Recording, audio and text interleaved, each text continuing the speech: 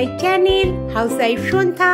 নমস্কার বন্ধুরা, আমরা সাধারণত আলু দিয়ে মাছের ঝোল করি, কিন্তু অনেকের অনেক কারণে আলু খাওয়া মানা হয়ে থাকে, অনেকে সুগার হলেও খায় না।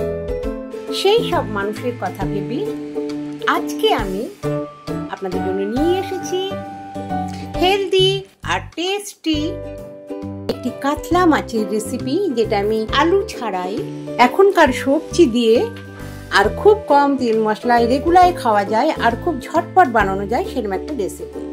এর জন্য আমি এখানে নিয়ে নিয়েছি 4 পিস কাতলা মাছ। এবার আমি কাতলা মাছটাকে খুব ভালো করে ধুয়ে নুন হলুদ মাখিয়ে নিচ্ছি।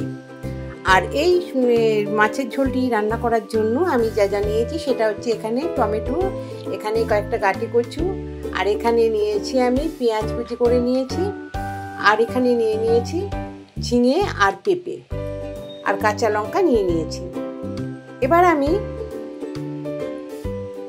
যে মশলাগুলো দিয়ে বানাবো সেটা হচ্ছে সামান্য জিরের গুঁড়ো, এখানে হচ্ছে কাশ্মীরি লঙ্কার গুঁড়ো, জিরের গুঁড়ো, এখানে নিয়ে নিয়েছি আমি হলুদ, আর এখানে আদা ঘষে নিয়েছি, আর এখানে নিয়ে নিয়েছি নুন।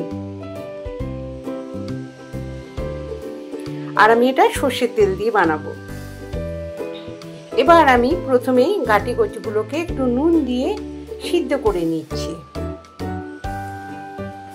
গাঁটি কচুগুলো যখন সিদ্ধ হয়ে গেলে আমি এবার কড়াইয়ে তেল গরম করে মাছগুলোকে আমি প্রথমে ভেজে নিচ্ছি।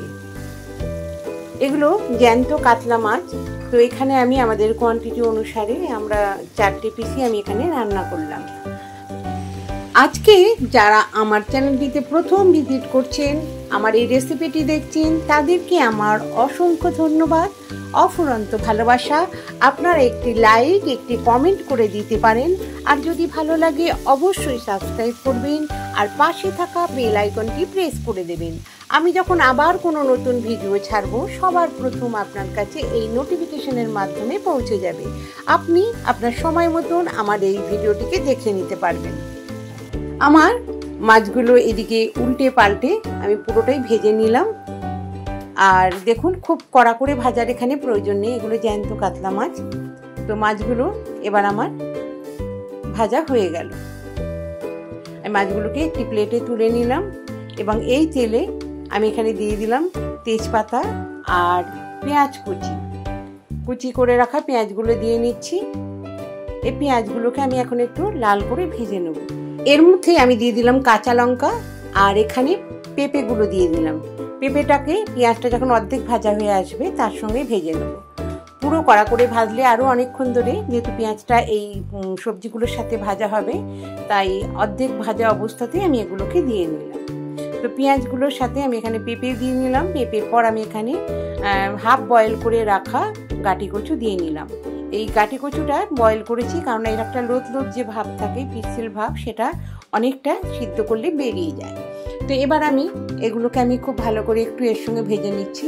আর এটা আমি খুব কম তেলেই বানাচ্ছি, দেখতে পাচ্ছেন আমি খুব হেলদিভাবে বানাচ্ছি এটাকে। তো এবার আমি এর মধ্যে দিয়ে নিলাম হলুদ দিয়ে নিয়ে আমি এটাকে খুব ভালো করে আমি মিক্সড করে দিচ্ছি। আর এটা রেগুলার খাওয়া যাবে এইভাবে। যদি আমরা সবজি বানাই, আমরা রেগুলার খাওয়ার মতন, আর যে কোনো সবজিও আমাদের মাছের সাথে আমাদের পেটে যাবে। তো গাঁটি কচু এখন এই সিজনে খুব ভালো পাওয়া যায়। এখানে দিয়ে দিলাম আমি নুন, আন্দাজ মতো নুন দিয়ে নিয়েছি।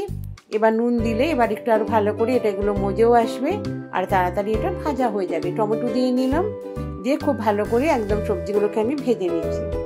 এবং সবার শেষে আমি দিলাম, ওগুলো ভাজা অনেকটা হয়ে যাওয়ার পর আমি দিলাম এখানে ঝিঙেটা আগে দিলে একদম জল ছেড়ে নেতিয়ে যাবে, তাই শেষের দিকে আমি ঝিঙেটাকে দিলাম।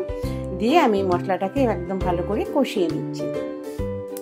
এরপর আমি এখানে দিয়ে নিলাম, এখানে এই যে আদা যে আমি গ্রেট করে রেখেছিলাম, সে আদা গ্রেট করা সেটা দিলাম। এই রান্নাটা খুব ঝটপট ভাবে করতে পারবেন, একটু মশলা বা জিরের গুঁড়ো থাকলেই হবে। ঝটপট করে আদা ঘষে নিয়ে এভাবে আমি রান্নাটা করে নিলাম। এবার আমি এর মধ্যে সামান্য জল দিয়ে নিলাম। জল দিয়ে আমি এর মধ্যে দিয়ে নিলাম জিরের গুঁড়ো, কাশ্মীরি লঙ্কার গুঁড়ো।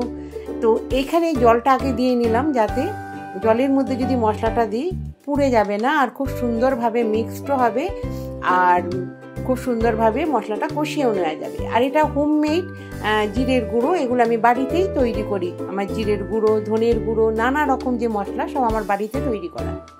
খুব ভালো করে আমি এটাকে মিক্স করে দিচ্ছি। একদম খুব হেলদিভাবে ঝটপট বানানো যায়, রেগুলার খাওয়া যায়, এভাবেই আমি এই রান্নাটাকে করব। এবার খুব ভালো করে মশলাটা যখন কষে আসবে আমি এর মধ্যে জল অ্যাড করে দেবো। তো এখন দেখুন ভাজতে ভাজতে অনেকটা মশলা কষিয়ে গেছে, কারণ এই জলটুকু না দিলে মশলাটা পুড়ে যেত, কারণ আমি অনেকটা কম তেল দিচ্ছি। এটাই একটা টিপ, মশলা ভাজার সময় যদি আমরা একটু জল দিয়ে নিই তাহলে আর তেলের আর প্রয়োজন হয় না। তো এইভাবে মশলাটাকে আমি খুব সুন্দর করে কষিয়ে নিচ্ছি। তো ফেসবুক থেকে যারা আমার এই রেসিপিটি দেখছেন তাদেরকে আমার অফুরন্ত ভালোবাসা। আর আপনাদের যদি আমার এই রেসিপিটি ভালো লাগে অবশ্যই ফলো করবেন, আর লাইক শেয়ার কমেন্ট করে আমার পাশে থাকবেন, এই অনুরোধ রইল। এবার আমার মশলাটা সম্পূর্ণভাবে কষানো হয়ে গেছে, আমি এখানে জল দিয়ে নিলাম। তো এখানে গরম জলও দিতে পারেন, আমি এখানে নর্মাল জলই দিয়ে নিলাম। দিয়ে এবার জলটা ফোটার অপেক্ষায় থাকবো। জলটা একটু যখন ফুটে আসবে ভালো করে মিক্স করে দিলাম, তখন আমি এটাকে ঢাকা দিয়ে দেবো। এটা যেহেতু মাছের ঝোল করা হচ্ছে, রেগুলার খাওয়ার মতো মাছের ঝোল, যে কোনো সময় যারা অফিসে চাকরি করছেন ঝটপট হয়ে যাবে এভাবে বানালে। কোনো মানে পেটেরও কোনো সমস্যা হবে না, শারীরিক দিক থেকে খুব হেলদিভাবে এটা বানানো হচ্ছে। এবার দেখুন, আমি এবার দেখে নেব টোটাল আমার সবজিগুলো খুব ভালো করে সিদ্ধ হয়ে গেছে কিনা, কারণ মাছটা শেষের দিকেই দেবো। তো যখন দেখবো আমার এই সবজিগুলো খুব ভালো করে আমার সিদ্ধ হয়ে গেছে, ঠিক তখন আমি মাছগুলো দিয়ে নেব। মাছগুলো যেহেতু ভাজা করাই রয়েছে, আর খুব সিদ্ধ হয়ে গেলে ছাল ওঠা টাইপের হয়ে যায় জ্যান্ত মাছ, ওই জন্য ওই রকমভাবে লাস্টের দিকে দিলাম। তো সবজিগুলো পুরো সিদ্ধ, এবার আমি এটা দিয়ে আমি একটু নাড়াচাড়া করে এর মধ্যে ভালো করে যাতে ঝোলটার মধ্যে এটা মানে চুবে থাকে, এইভাবে আমি এটা দিয়ে মাছগুলোকে বসিয়ে দিয়ে সামান্য গরম মশলা উপরে ছিটিয়ে দিয়ে আমি এটাকে ঢাকা দিয়ে দেবো। লো ফ্লেমে কিছুক্ষণ ঢাকা দিয়ে দেওয়ার পর আমি এটাকে 2-3 মিনিট বাদে খুলে নিলাম। খুলে এবার আমি এটাকে ভালো করে আমি দেখে নিলাম মাছগুলো খুব সুন্দরভাবে হয়ে গেছে দেখুন ঝোলের মধ্যে। আর এই রকম একটা মাখা মাখা ঝোল করে নিলাম গাঁটি কচু দিয়ে, পেঁপে দিয়ে, খুব হেলদিভাবে এই ঝোলটা একবার অবশ্যই করে দেখবেন, আপনাদের ভালো লাগবে। আর এটা রেগুলার খাওয়া যায়, শারীরিক দিক থেকে খুব হেলদি, আর খুব কম তেল মশলায় এভাবে একটু বানিয়ে নিতে পারেন। রেগুলার খাওয়ার মতন খুব সুন্দর একটি কাতলা মাছের রেসিপি। তো আজকের মতো এখানেই। দেশ বিদেশ যেখান থেকে আমার এই রেসিপিটি দেখছেন প্রত্যেককে আমার অফুরন্ত ভালোবাসা ও অসংখ্য ধন্যবাদ। তো আমি আবার আসবো নতুন কোনো ভিডিও নিয়ে আপনাদের সামনে। ততক্ষণ পর্যন্ত আপনারা ভালো থাকুন, সুস্থ থাকুন, হ্যাপি থাকুন। অনেক অনেক ধন্যবাদ আমার এই রেসিপিটি দেখার জন্য।